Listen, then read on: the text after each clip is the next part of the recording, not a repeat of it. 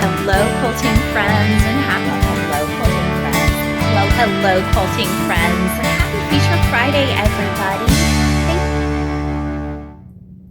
Happy Feature Friday, all my quilting friends. Thank you guys so much for joining me here today in my sewing studio. I do appreciate y'all being here. I have been working on the quilt that we have seen the past couple of weeks together. I'm just trying to get it done, and I have to say that I just lost a game of bobbin chicken. And I wanted to show you how to fix this. So I'm going to show you what happened, and then we're going to go through how to fix it. This is something that I do all of the time because I try very hard to go through my bobbins and not leave a whole bunch of bobbins with a little bit of thread on them. So if you're new to using your Butler system, or maybe you have been using your Butler system and you don't know how to fix this, this might be a great video for you so you can learn how to do this. I'm going to turn you guys around. So here is what we have been stitching out.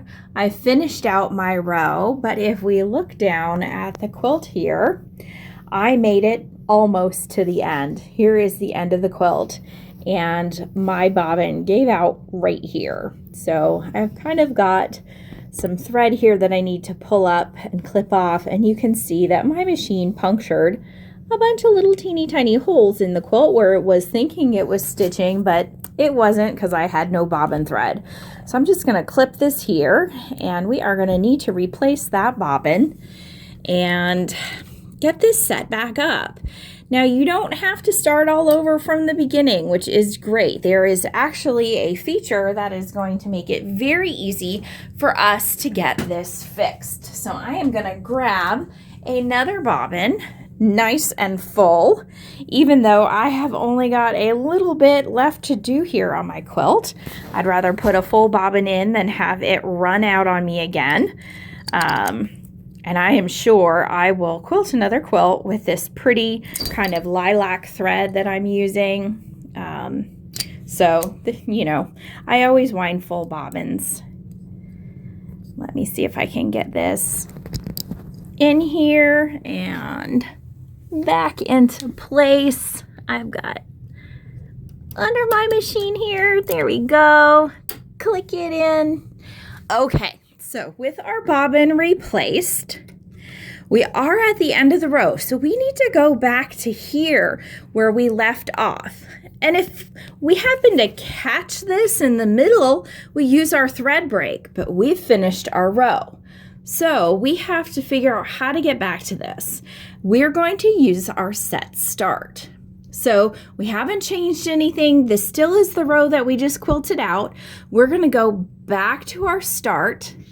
And when our message comes up, we're going to use our set start button. And it's going to say move to the desired start point down here at the bottom. And then we've got a check mark over here. So I am going to find where my stitching left off.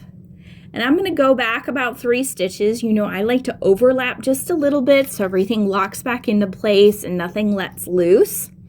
And I'm going to line back up on that stitching line where it left off. And I will touch my check mark. It's going to think for a second and center directly over that line where it needs to be, and it's going to say start from here. I'm going to hit my check mark. That's where I want it to start, and then I get my instructions. So I will do a single stitch and touch my check mark, and then I can move out of the way and pull up my bobbin thread. Got nice long tails here. And touch my check mark. It's going to move back into place on that stitch line, and then I can cycle my needle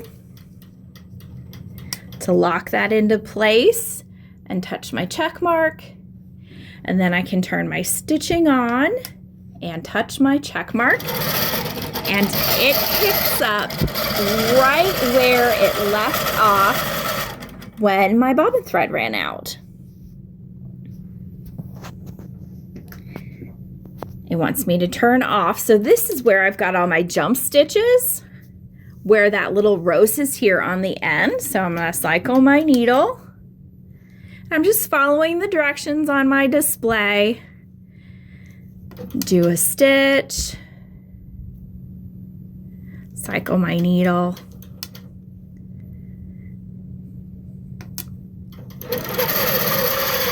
And it's filling in the rest of my quilting. I get to the end, I have to turn my stitching off, cycle my needle. Anyway, I'm gonna let that continue with you off camera, but that is the easiest way to get back when you've run out of bobbin thread after you've quilted and you don't realize, hey, it ran out somewhere along the line. I happen to have stepped out of the room because I was confident I had enough. I didn't know that I would just end up with this little bit here. So if you've made it through your whole row of quilting, ran out of thread or broke your thread somewhere along the lines, but your robotic system made it to the end of the quilting line, that is how you redo.